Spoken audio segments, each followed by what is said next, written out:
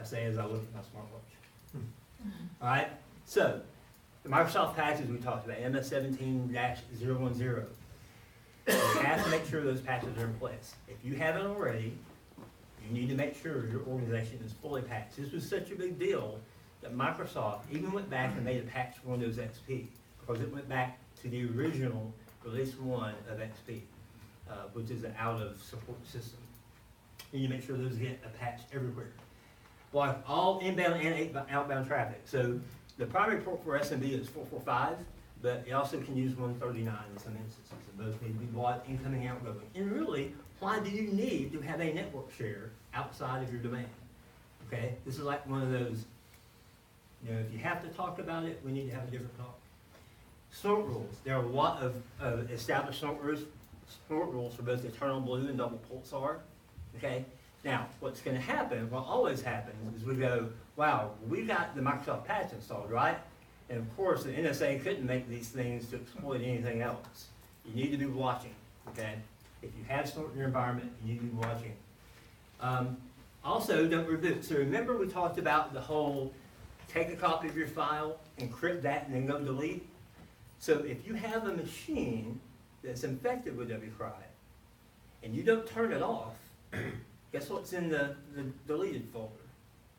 All of the old files. You can still recover those without having to pay the ransom until you reboot or unplug the machine. Now, the problem is, and I see some lasers from some of the information security guys in the room, we always tell people, well, if you think you have a virus, we want you to unplug that thing from the wall because we want to freeze the state of memory so we can do really good forensics. This might be one of those exceptions to the rule. You see the wCry banner come up, just don't touch anything. Okay? Now, that doesn't mean you can recover everything. It's a limited hard drive space. If you had a hard drive that was mostly full, you're not going to recover everything when it makes 2 copies. What else can we do? All right? So, generally speaking, blocking ports, initiating signature detection. Make sure that you're using an operating system if you have a choice, and a lot of organizations don't. They work at a hospital or work at TVA. There are places in both where you just don't have a choice. It is what it is. But keep updated operating systems for a reason. A lot of organizations don't update until you have a business need that forces it. But what you're doing is you're putting yourself at the mercy of a lot of factors that you can't control, and you need to be keeping up to date. Also make sure that your patch management process is timely, okay? A lot of people are really looking at their patch management process after that month gap between Microsoft releasing a critical patch and wCry going nuts through the internet for a little while. How about implementing backups? So one of the things that we're finding is a great best practice for backups, if you haven't heard of it. We always want to keep backups, right? Well, ransomware developers realize that people are just making backups and then deleting that system, restoring OS, and pulling the backup back in. So now, a lot of ransomware variants, including wCry, will look for those network shares and go encrypt the backup itself. So there's been for almost a decade the concept of snap backups, where you shoot a really quick, hey, this is the updates to my backup. Now you have offline snap backups, where you have maybe in a colo, maybe in the cloud, and it's physically disconnected from your network. And it comes time for your computer to update itself, it makes that connection, sends all the files real fast, and shuts it off. That way, if this machine is infected, there's no longer a physical vector over the network, or routing layer 3, layer 4 vector, back to get to that backup. Okay? Very important. And also, carrying your network, right? Making sure you have a segmented network. First of all, you want to restrict pivoting. That's a general thing. You want to make sure that you have less surface area. So if I get a virus or worm like wCry in one segment of my network, it might not get to my most critical stuff because that's segregated off. And then just keeping minimum necessary access. That's a good general policy either way. All right. Things we can do in general. Ports. If you don't need them, block them. If you're not sure, you're not paying attention. You need to start taking a look at the traffic of your network. Do we really use those ports? If not, they need to be shut down. Okay? SMB is a great example. Why in the world would we as security, this has obviously been something we as an industry have fell on because there were so many computers that had SMB open to the internet. What did we think that was going to do, right? And so we just didn't think about it being a problem because we trust. We trust if Microsoft had it turned on by default, we trust somebody not to abuse it. Monitor. You've got to monitor. Eric Cole, one of the principals with SANS, he had a statement I loved. He said, prevention is nice, but detection is a must. You have got to be watching. Intrusion prevention is a great concept, but they're going to get in, and you've got to be able to see. All right? Normal AV. So we've been big about antivirus for a while. We updated our definitions, we push it all out to the endpoint. But what are we seeing now? We're seeing viruses that don't write files. They're completely memory resident. They're skipping endpoint security. All right? So we've got to be watching inside of the network and got to be thinking about how people get around things. Also supply chain, making sure your vendors are staying secure. Making sure when you get a new system, it comes with the most recent patches updated, instead of your IT department having to take 3 or 4 months to get around to it. Here's another really big thing that I'm very big on, education, right? We talk about security awareness all the time. Security awareness, my dad's aware that wCry was a problem. My dad has no clue how to fix it unless he asks me. We need to teach people how to fish, not just give them the fish, right? And security professionals, that's giving people the desire to want to be a part of the solution. Instead of just following a rule, instead of us just having a firewall, that they see it as their responsibility. Because the reality is, I can put in $1 million worth of hardware, and somebody that just wants to be an idiot carrying one of these takes care of all of that. And I can't do anything about it except alert, or turn them all off, which is not practical in most environments, right?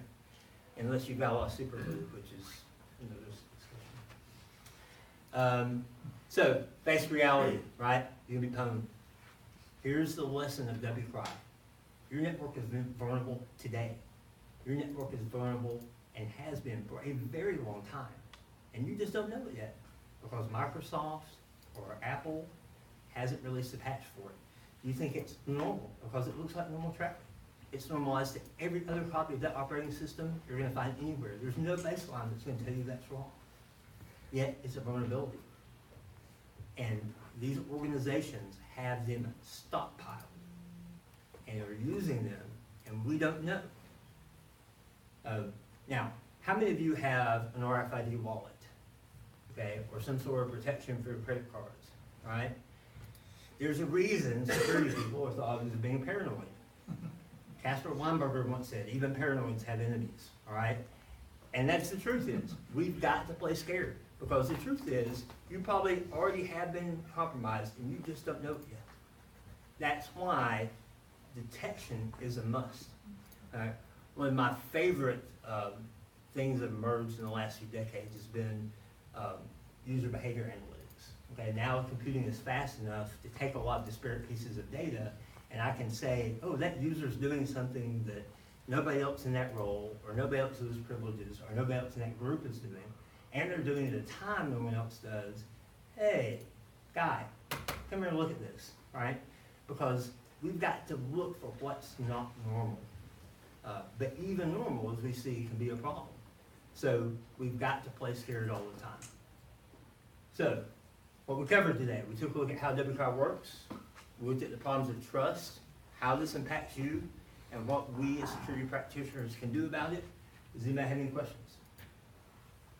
Yes, sir. You showed at a pretty detailed level what was happening during the worm.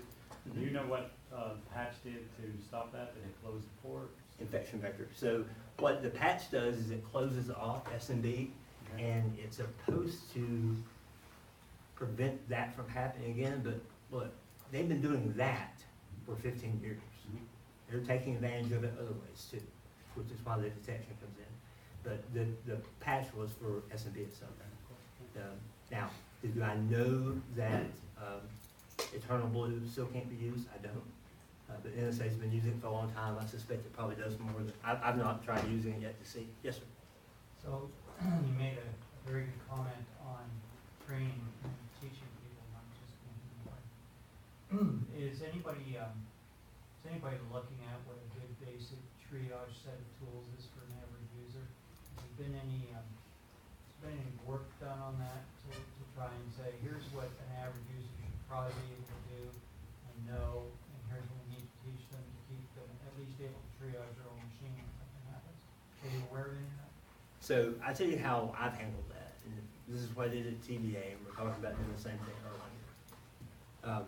I remember one time we had a guy that was in charge of the safety program at TBA for Hydro, and I asked him what was his metric for that safety program being successful.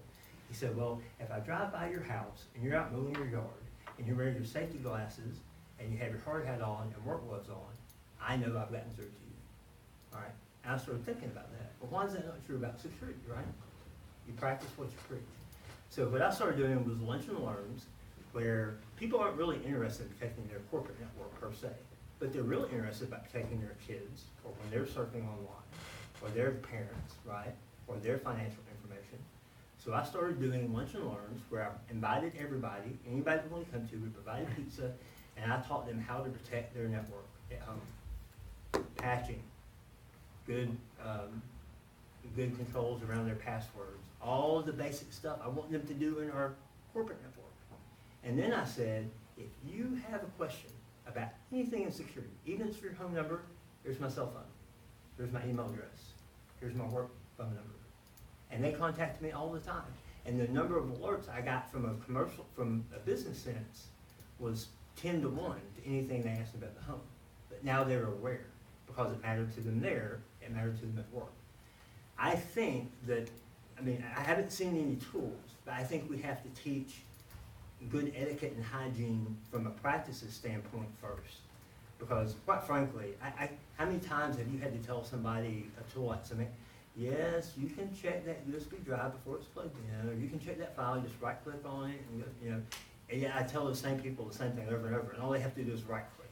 To use the security tool suite, maybe in an IT group, but probably not back out to the end users that we're all supporting, would be my guess. Has anybody else seen any tool sets or used any? So a lot of what you're talking about rings true for most of us who've done any of that, but it begins to sound, again, kind of like awareness training. What I was trying to get to was, I agree with you that we need to be giving people some sort of toolkit, and when I say toolkit, it may just be a few rudimentary exercises that you should run through.